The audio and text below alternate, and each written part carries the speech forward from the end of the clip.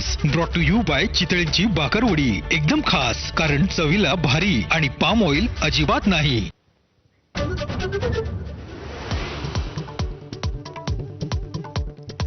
पश्चिम बंगालमध्ये आता भयमुक्त आणि विकासयुक्त सरकार. बंगाल, केरळ, तामिळनाडू विभाजनवादी सरकार सत्तेबाहेर गेल्यानं नवा सूर्योदय. भाजप कार्यकर्त्यांना संबोधित करताना मोदींचं वक्तव्य. ममता बॅनर्जींच्या 15 वर्षांच्या एक हाती सत्तेला सुरुंग. पश्चिम बंगालच्या ऐतिहासिक विजयानंतर मुंबईत भाजपचा जल्लोष. झालमुरी आणि रसगुल्ल्यांचा आस्वाद घेत फडणवीसांनी ममतांना डिवचलं. ममता बॅनर्जींना दुहेरी धक्का. भवानीपूर मतदारसंघातून ममता बॅनर्जींचा पराभव. भाजपच्या सुवेंदू अधिकारींचा 15,114 मतांनी विजय.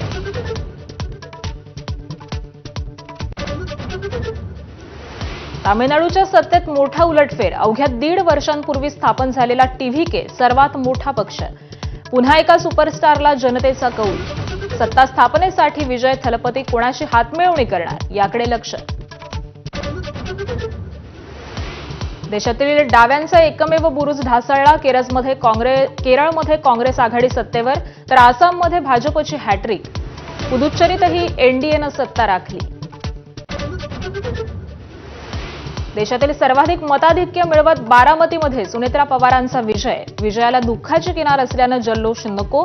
जय पवारांचं आवाहन. दादांप्रमाणे दर गुरुवारी जनता दरबार घेण्याचंही आश्वासन.